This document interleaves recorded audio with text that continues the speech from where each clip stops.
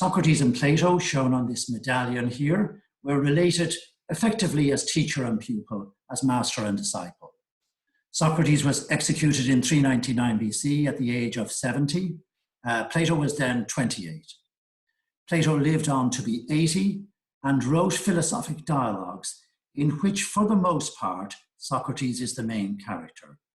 One exception to that, an important exception for our purposes, is the Laws, Plato's last dialogue, which does not feature Socrates, which features the Athenian stranger, who certainly, according to Ficino, and I agree with Ficino here, really is Plato speaking in his own right.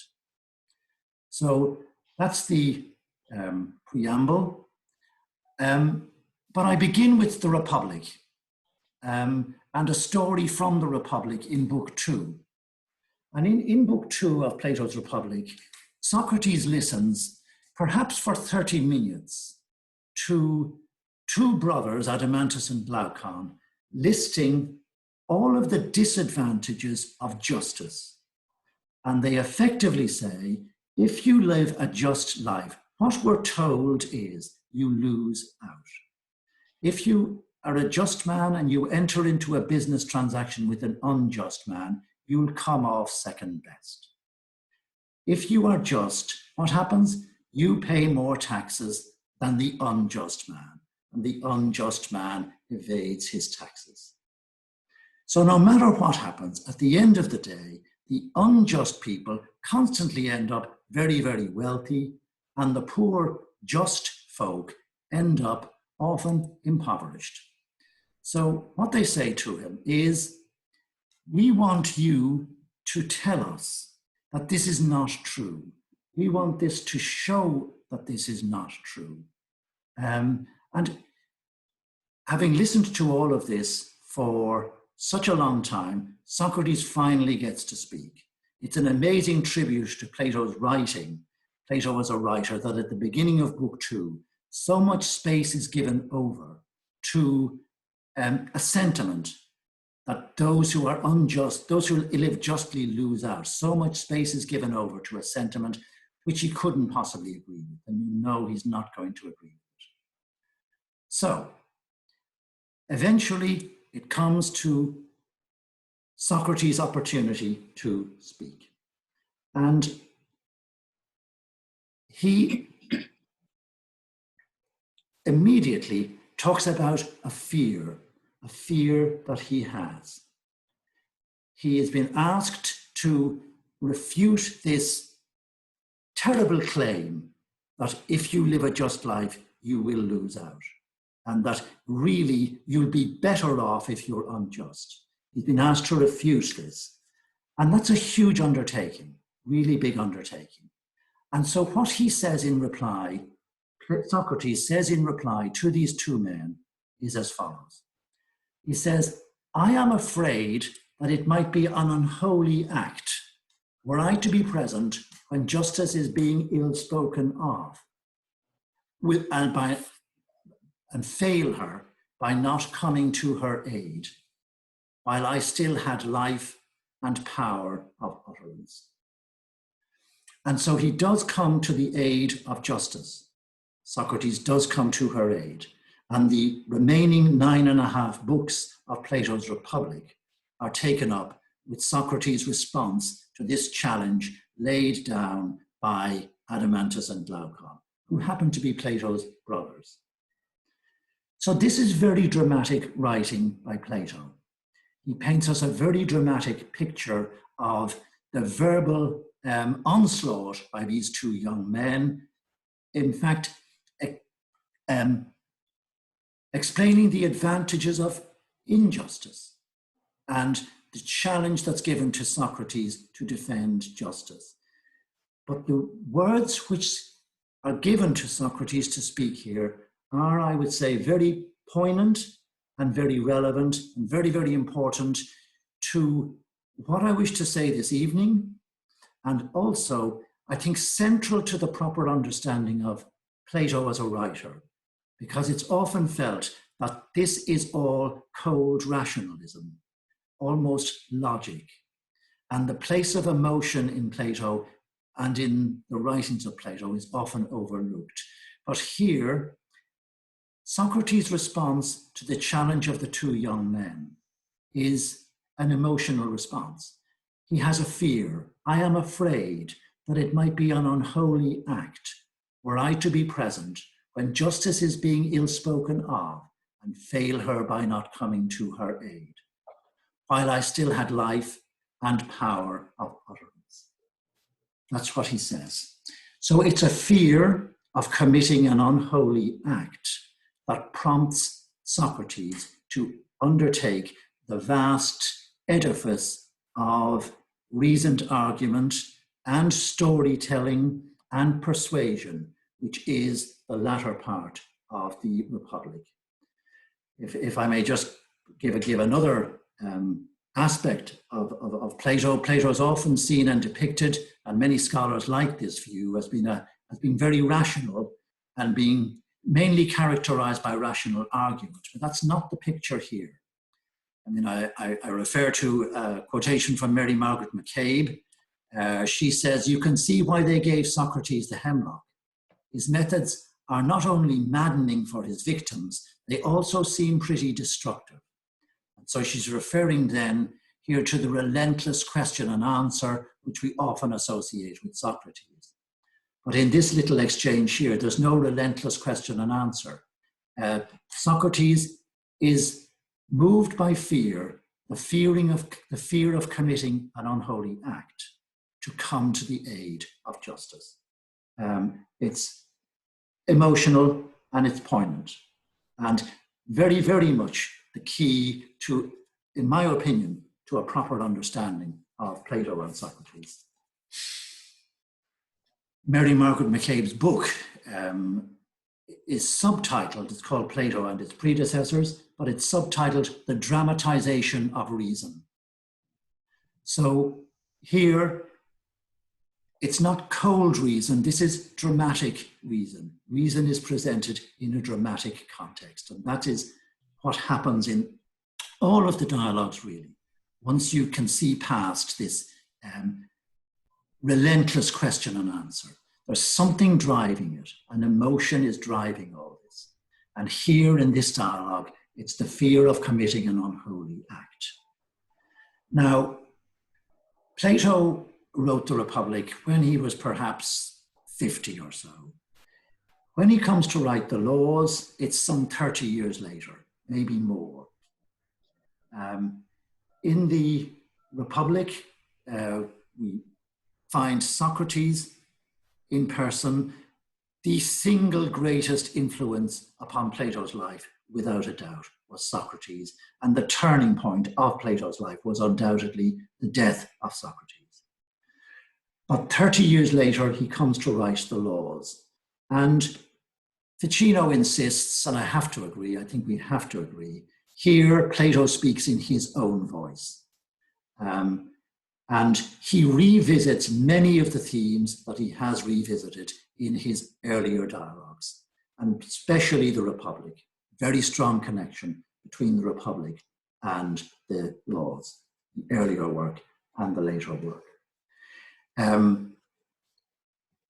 Jaeger speaks of the laws and Plato's dignified archaic language, specially designed for its function. Jaeger, whom I mentioned earlier, speaks of its stately, slow-moving, intricate style. And there are quotations from Jaeger, who wrote the marvelous book, Paideia, in which he treats of Plato and many other early Greek authors. Now, in the laws, you really would expect that there will be lots of legislative proposals in great detail. And sure enough, there is. And in fact, there is detail there which you really would consider to be beneath the dignity of the great sage Plato, such as the compensation which should be paid for damage done by a person's livestock to the property of his neighbor. Now, if you live in a rural area, that may be very important to you, but you don't expect the great sage Plato to be dealing with the question of compensation for damage done by livestock. But he does, and there is a section in the laws which deals with just that. And then also in the laws, he soars to great heights, really magnificent heights. Here's a quotation from Book 10. What you do not see in your little corner of the mighty universe is that things do not happen in it for your sake. You, like all that takes place there, are what you are in order that its perfection may be complete. So that is from the laws, and it's quite a contrast to the question of compensation for damage done by livestock. But he moves very freely and very, very easily from these majestic statements to very mundane matters. And I really don't think that Plato wishes to make a distinction. I think for Plato, the person who thinks exalted thoughts must not overlook the details either. I think that's a strong message which comes across in the laws just from the sort of issues that Plato actually deals with. The law imposes a discipline upon the readers then to steer a middle course between the exalted heights that are offered in some parts of the dialogue and the very, very detailed workings out that are presented in other parts of the dialogue. And Ficino cautions us and tells us, in fact, how to read the laws. He says this to the reader. There's Ficino, his bust in Florence Cathedral. Ficino says this to the reader of the laws. He says it is right to keep a middle path between things divine and things human, so that we are not dragged through unknown or impassable ways or drawn down to the realms below. I think it's well worthwhile keeping that caution in mind as we read the laws. We don't want to be dragged through unknown or impassable ways, which is the realm of things which are not amenable to the senses, nor do we want to be drawn down to the realms below and simply end up enmeshed in all sorts of excruciating detail. So we want to avoid those two extremes. That's the caution of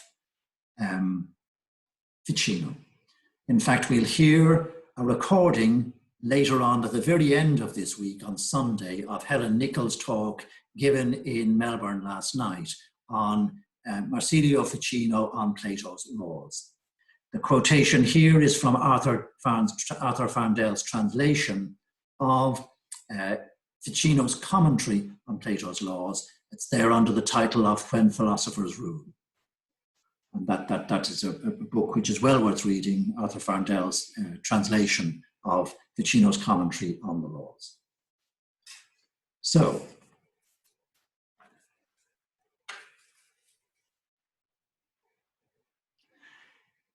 I mentioned great scholars earlier, and I mentioned two great scholars, Moro, who wrote Plato's Cretan City, Werner Jaeger, who wrote Paideia. There is another great scholar whom I should mention now, and I want to give you a quotation from him, and that is Edwin Bourdeau England, who wrote at Manchester University in the early part of the 20th century. And he wrote a 2-volume commentary on the Greek text of Plato's laws. And that is a very selfless act. It's a very detailed commentary, very, very helpful, particularly to me as a translator.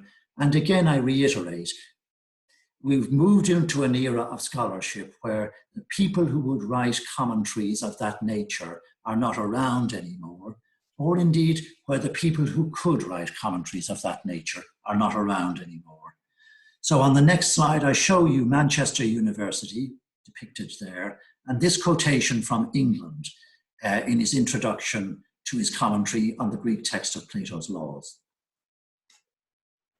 To conclude this rough sketch of the contents of Plato's laws, we may ask, what is the abiding impression left by its perusal?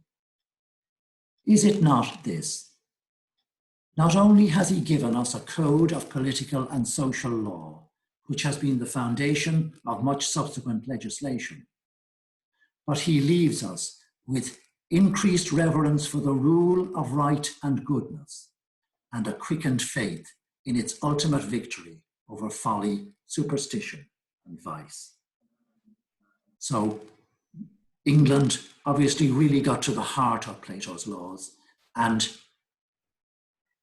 saw just what a powerful and effective work it could be if studied properly, because it would be marvelous if we could be left with an increased reverence for the rule of right and goodness and a quickened faith in its ultimate victory over folly, superstition, and vice.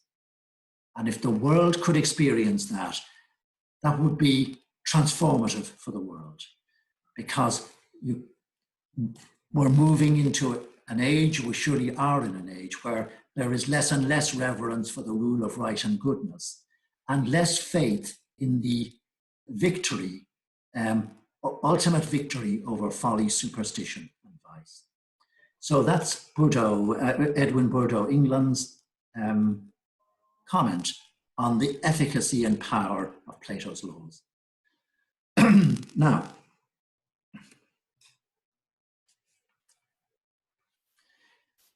England uses the word reverence. And I'm going to come back to that. England also points out something else about the laws, and it's just on the next slide. I'll give it to you very briefly. You might expect the laws to consist of lots and lots of detail about legislative proposals.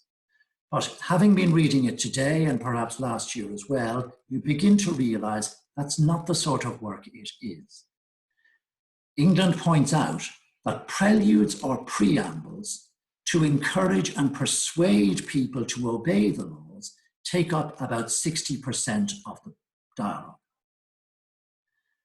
The preludes and preambles include great universal statements, such as the one I've just quoted about our place in the universe. Detailed legislation, which specifies procedures, judicial processes, and penalties, they occupy less than 30% of the text. So most of the dialogue is taken up with what England calls talk about laws, and not with laws themselves. And by the time you get to read to the end of book 5 during the course of this week, you will have come across very, very few laws. Most of what we're going to be reading will still be in the area of preamble and preludes, which are there to persuade. They're very, very important, but they're there to persuade. Last year, I gave a lecture called Democracy and Its Opposite, which is based on Plato's laws, and in which Plato talks about getting a balance between freedom on the one hand, allowing freedom to a society on the one hand, and exercising control over a society on the other hand. That is a passage, an extract in book 3, which you'll read very soon, but that too is preamble. He's just talking in general about laws. There are no laws being specified in that particular section, but they're very, very important, because before we pass any laws, we really need to understand the essence of law itself and what its purpose is and what it's trying to achieve and where it comes from. So much of the laws is taken up with this, and there's only 30% on detailed legislation. And when we move on to the later books of the laws, we will look at some of that detailed legislation, but it can be tough reading.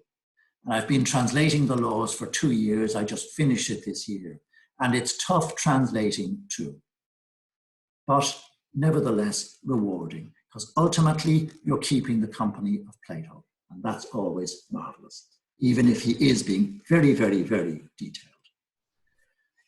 So,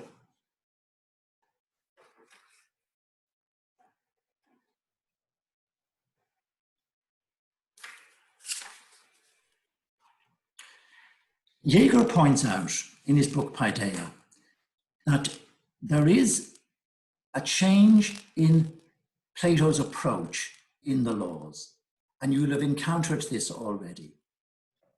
In the laws, there is a greater emphasis and reliance upon psychology and history. He uses both. So you heard today in Book 3 how he draws upon the history of recent years in the Greek world, talking about Sparta and Messene and Argos, and uses that to help him understand what the legislator must set out to achieve to avoid mistakes which have happened in the past. He uses history so that they can learn from history and shape the laws. He also has recourse to psychology in a way, perhaps a more explicit way than he does in the other dialogues. Although really for Plato, psychology being the logos of the psyche, the understanding of the soul, is always important. Always, always, always important. So let's just take an example now from the laws of the introduction of psychology, and we'll see the way in which Plato moves very quickly from a discussion of psychology to a discussion of the laws. It's an amazing connection and shows a brilliant and penetrating mind and real sagacity. So I'm now quoting from the Laws, Book 1. The Athenian stranger speaking to Cleinias, who's a Cretan. He says this: "May we assume that each of us is himself one?" Cleinias says yes. "But we each possess in ourselves two opposed advisors, devoid of intelligence, which we call pleasure and pain." So here, Plato presents pleasure and pain as being primeval, fundamental to the human being. They're constant advisors with only one problem, that they are devoid of intelligence. So all pleasure will tell you is, it's nice. All pain will tell you is, it hurts. But should you avoid it? Should you embrace it? What advice do you give? Pleasure and pain have nothing to say. They are advisors devoid of intelligence. But if you take note of today so far, you'll find that they have given us a great deal of advice. You can't ignore the advice of these opposed advisors devoid of intelligence, pleasure and pain. And Plato has been writing about these all of his life. In the Protagoras, if you go back there, you'll find him talking again about pleasure and pain. And he makes a very simple point there. He simply says, look, nobody lives their lives in such a way, in the long term, as to maximize the pain and minimize the pleasure. Everyone, over the long term, wants maximum pleasure, minimum pain. The pleasures may be very sublime and refined, but nevertheless, everyone lives their lives in such a way as to maximize the pleasure and minimize the pain. To do otherwise would be most perverse and contrary to human psychology. So, Plato says this: when human beings are considering laws, almost the entire inquiry is about pleasures and pains, either in the city or in the behavior of individuals. For pleasure and pain are two springs sent forth by nature. Drawing from the right one at the right time and in the right quantity leads to happiness, in like manner for a city, an individual, or any living being. But whoever draws in ignorance and at the wrong time lives a life that is the very opposite. So, these twin advisors of pleasure and pain are central to law making. The entire inquiry in considering laws revolves around pleasure and pain, either for the city or for the individuals. We want to draw from the right one at the right time and get the happiness. And we don't want to draw from pleasure and pain in ignorance and at the wrong time. There are two springs sent forth by nature, pleasure and pain, two springs sent forth by nature. But they're different and you need to drink from them appropriately or there's trouble. So, there it is. Now, pleasure and pain are central to education. Because they are central to the person, because they're central to the human, they're central in our education at all ages, from very young children right up to adults. And ultimately, the lawgiver too is a legislator. And what the education consists in is properly educating the pleasures and pains so that we are pleased by what we should be pleased by, namely what's noble and good. And we're pained by what we should be pained by, namely what's ignorant and evil. So, but we don't have time to digress onto education in any great detail in the course of this lecture. So let me just leave that. But they're so fundamental, primeval to human nature that the lawgiver and all his considerations of laws revolve around pleasure and pain. Now, he takes this further because we really need to understand how pleasure and pain affect the lawgiver. What does he do with them? So, back to the quotation. We each possess in ourselves two opposed advisors, devoid of intelligence, which we call pleasure and pain. Cleinias says this is so. Besides these, there are opinions relating to the future. These go by the general name of expectations. But to be specific, the expectation prior to pain is called fear, while the expectation prior to pleasure is called confidence. Then there is reasoning about all these as to which is better and which is worse. And when reasoning becomes a doctrine that is common to the city, it is given the name law. Now that's a very dense paragraph. So let me just draw a diagram. Pleasure and pain, primeval, fundamental to the individual.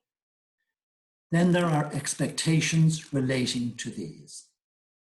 The expectation associated with pleasure is confidence. The expectation associated with pain is fear. Take a simple example of a football match. If the side goes out expecting the pleasure of victory, then they are confident. If the side goes out expecting the pain of defeat, then they are full of fear. Both can be a problem. The fear of defeat is often self-fulfilling. The confidence of victory can also be highly problematic because they might not exert themselves fully, so confident are they of victory, and they might lose. So, but this is very simple and within our experience. There's pleasure and there's pain, then there's expectations. The expectation associated with pleasure is confidence. The expectation associated with pain is fear. So, let me just take this further because we're still not anywhere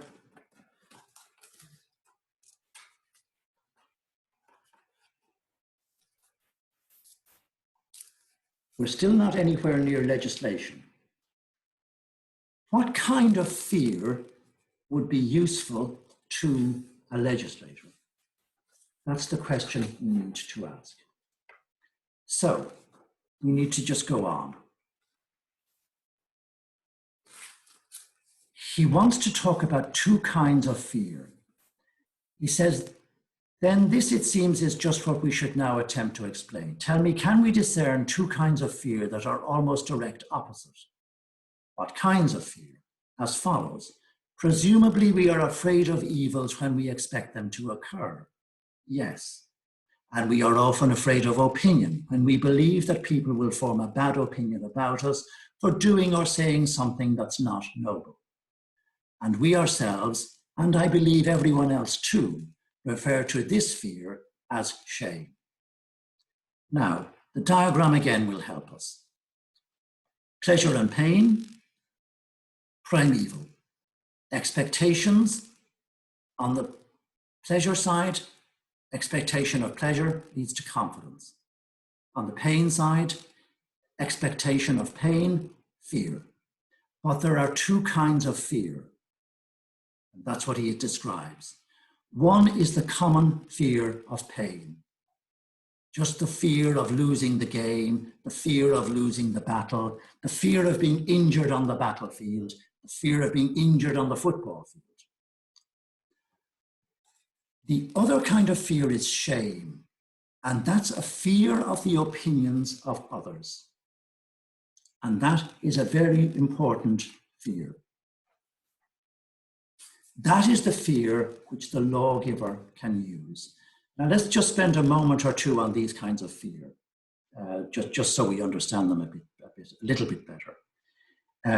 If we take the battlefield, there can of course be confidence if an army expects victory. So it can be very confident and anticipating the pleasure of victory. Then there can be fear in the face of pain. That fear can take two forms. One is the kind of fear of pain which can turn someone into a coward and make him run off the battlefield. But there's another kind of fear which will make him stay on the battlefield. And that's the fear of shame in the face of his fellow soldiers, and afraid of the shame which he might incur if he were to run like a coward before his fellow soldiers, before his comrades. That will keep him on the battlefield. So these two fears work in different ways. The common fear of pain can turn you into a coward. The fear of shame can make you stand your ground when something is telling you this is very dangerous and perhaps it might be better or safer to get out of here. This fear of shame is important to the lawgiver. And he says, now doesn't the lawgiver and anyone else who is of any use show the utmost respect for this fear and refer to it as reverence?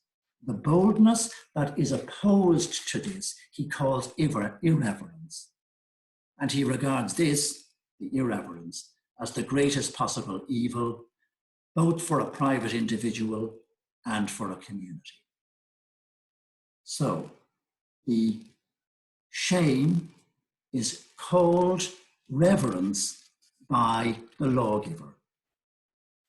And the reverence is used well by the lawgiver.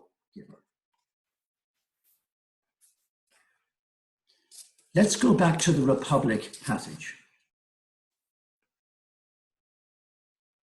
In the Republic passage, Socrates says he is afraid,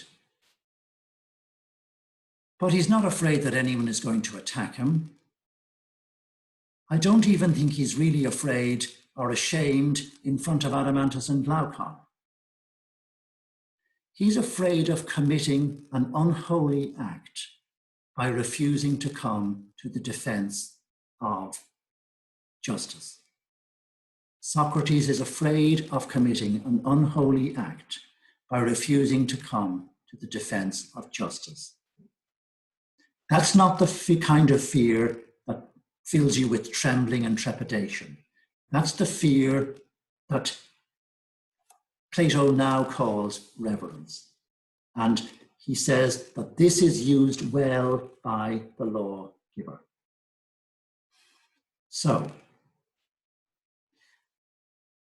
This word, the word that's used for reverence here is eidos.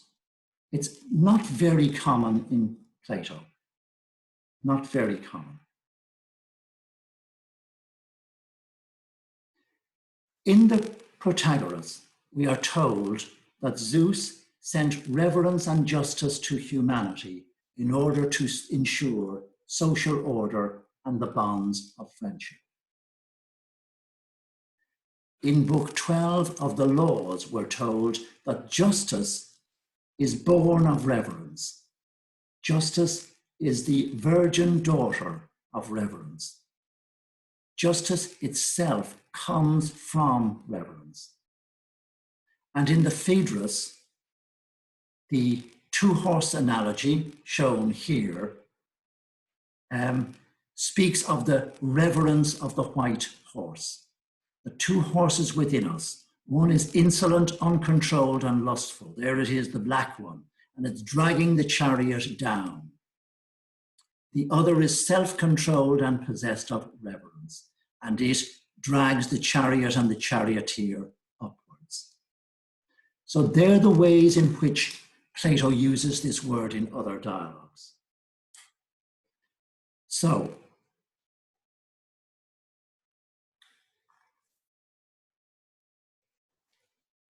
the question is, what use does the lawgiver make of reverence?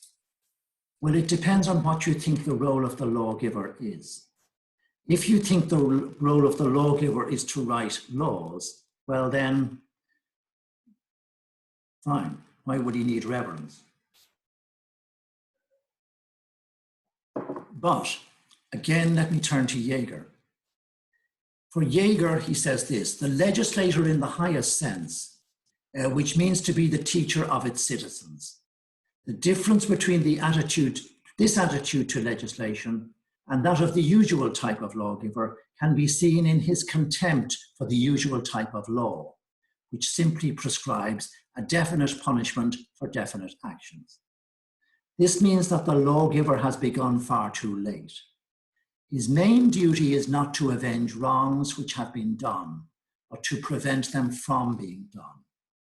Here, Plato is following the example of medical science, which then had a growing tendency to regard not sick men, but healthy men as the proper object of its care.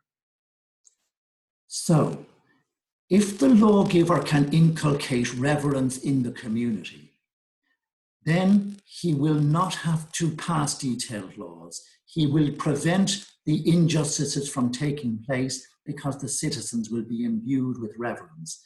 And like Socrates, respect justice so much that they cannot even stand to hear it ill-spoken of. There's much to consider in this word reverence, and a man called Paul Woodruff in the past few years, he's another great Plato scholar, has written a book called Reverence, Renewing a Forgotten Virtue. And some people, when I gave this lecture before, bought the book. It's just a series of reflections, no more than that. I wouldn't describe it as a work of scholarship, but the man went to the trouble to write the book, and I read quite a bit of the book, and I think it's marvelous that he wrote it. I just think it's marvelous that the man wrote the book. So let me now just give one example of this at work in the laws.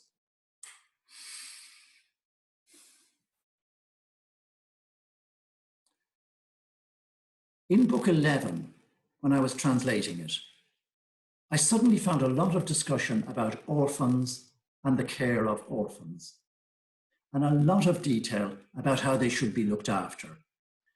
This is a quotation which explains how the guardians should take turns. The guardians of the laws, 15 of them, should spend their time looking after these orphans. All aspects of guardianship and orphans should always be looked after by 15 guardians of the law, the most senior of all, who are to divide themselves into 3 groups according to their age. 3 to act for 1 year and another 3 for the next, until 5 periods of office have been completed. have completed their cycle, and as far as possible, there are to be no exceptions to this procedure. So, I just thought that was an extraordinary level of detail to put into Book 11 of the laws on the procedures which the guardians, the most senior guardians of all, needed to exercise in looking after these orphans, these people who had no one else to care for them, no one else to protect their interests. And he says this, by the way, that's detailed law, but there's a preamble to that. Here's the preamble, which gives you the emotional ground for this law. A guardian or an official with any sense should pay attention to all these people and take care of orphans as if he were providing sustenance to himself and his own kindred, and do his very best to benefit them in every possible way.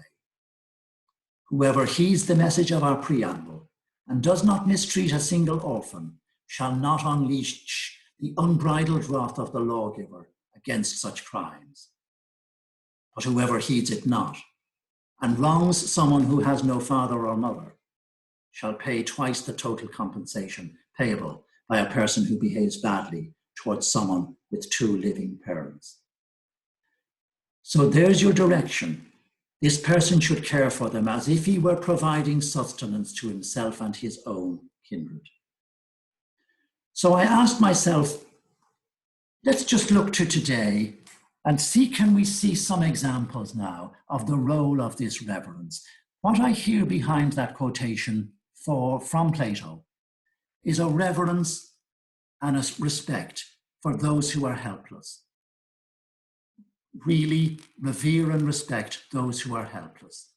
He also says the same thing about strangers, the importance of respect for strangers who are away from their own family and their own community, and among you as strangers. I was struck by something from Claire Tomalin's book on Charles Dickens. And she tells the story very nicely about something that Dickens did. This is, of course, the writer Charles Dickens. Claire Tomalin wrote his biography. There's Claire Tomalin depicted there. No one in public life was aware of his work, and when he wrote an article about the home for Household Words, it was published anonymously, and the home was a home for prostitutes. And Dickens set up this home to provide a home for prostitutes so they would have somewhere to go and so that they could hopefully in time turn their life away from prostitution and live a better life. But he kept this secret.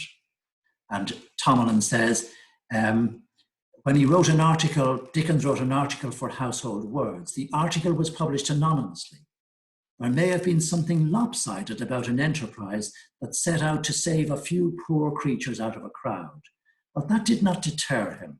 He gave an extraordinary amount of time and energy to making a success of it, seeing it as a model for others. And what he says is this, she says, he did what he did because he believed it was needed. If there was a providence in the fall of a sparrow, these girls were his sparrows, and he wanted to make them fly, not fall. So I think she captures this emotion, this reverence, this great respect for women who can be greatly disrespected. And she captures it very beautifully in that passage. And then she quotes Dickens' own journal. And on the next page, I have a quotation from Dickens' own journal. No, in fact, it's a letter. It's actually a letter. In which he explains what he asks of the young ladies who will enter this home.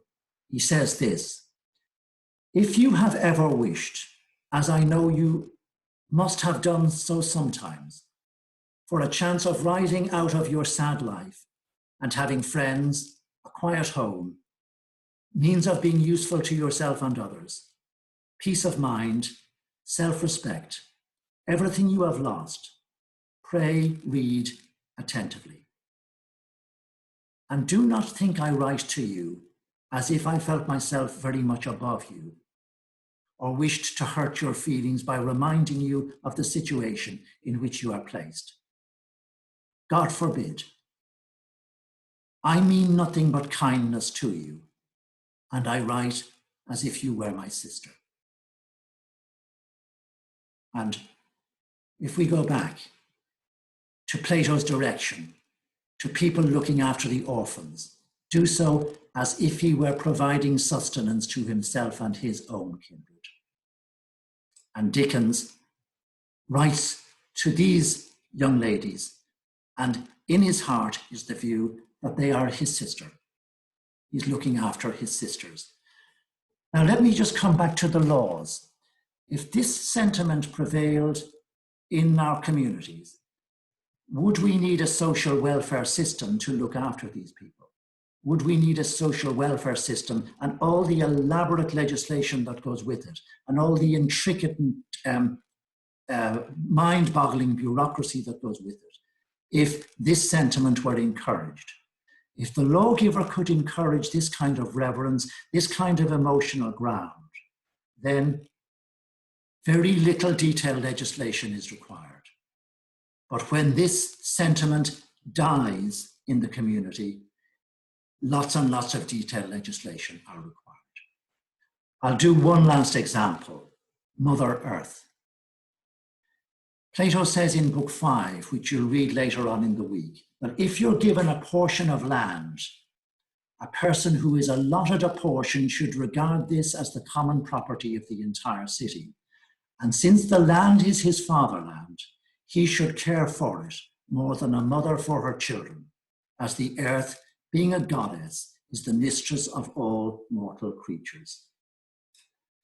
And if people in the world regarded the earth as a goddess, mistress of all mortal creatures, would we need all of the environmental legislation that tells us what cars we can drive, where we can drive them, what we can burn, what we can't burn, all the materials we should use, all the materials we should avoid? And would we need this constant counting and measuring of greenhouse gases? If the lawgiver could inculcate the spirit of reverence so that people see the earth as a goddess, mistress of all mortal creatures, this really would not be necessary. And the real job, if the detailed legislation is necessary, according to Jaeger, the legislator has failed.